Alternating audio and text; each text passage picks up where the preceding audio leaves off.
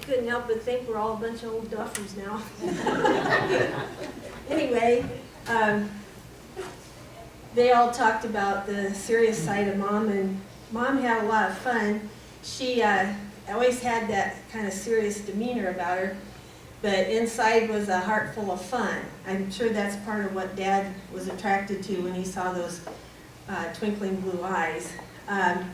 She loved Easter egg hunts, fishing for presents, taffy pulls, dyeing eggs, and making sugar eggs with seeds in them for Easter, catching turtles, making moss gardens with the grandkids,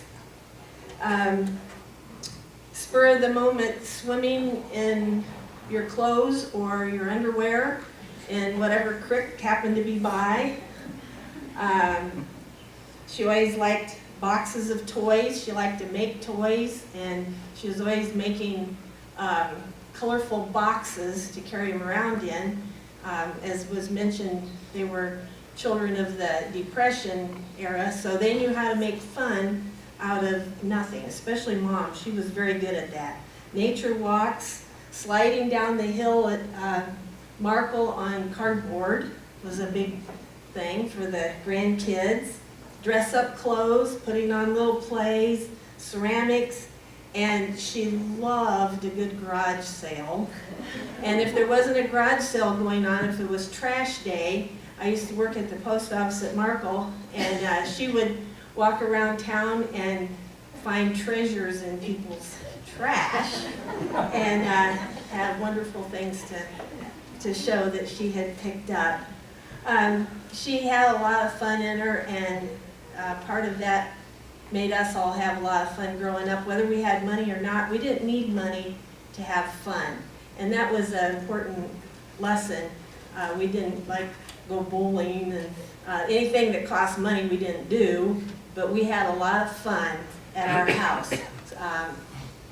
Anything you can think of, Grandma could think of it. But I was supposed to tell about the fun part, but I have something else I want to tell you. Not only did Mom, talk to God, but God talked to Mom. And I have two instances when God talked to her when she had dementia. One of them was the night before Vic died. I went over to the nursing home. I mentioned Vic, and she said, I got to go see him. I got to go see him.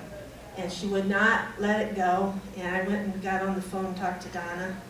And Mom was ready to go. I mean, she knew she had to go talk to him. And so God must have told her, because we didn't know that the next day he would be gone. And the other time, when she first had dementia, was over at Ossian and the healthcare, which they took wonderful care of her, by the way. But anyway, we had a big phone with big numbers on it and 3 telephone places she could call. One of them was me with our phone numbers. And she dialed me up and she said, you have to talk to Becky. I can't call her, but something's the matter with Becky. You've got to call her. I said, well, I just talked to her the other day. Becky's fine. She said, no, you got to call her. Something's the matter with Becky. And I called Becky, and her first words were, oh, Rosie. And there was a tragedy happening at their house. And I told her, well, Mom's praying for you. Then I called Mom and told her to pray. So God talked to Mom back. There was a communication there that was so real that there's no way I can ever doubt that there was a God. Mom knew God. She talked to him, he talked to her. And if you ever wanted to know if there was a God, she knew there was. I know there is because of Mom.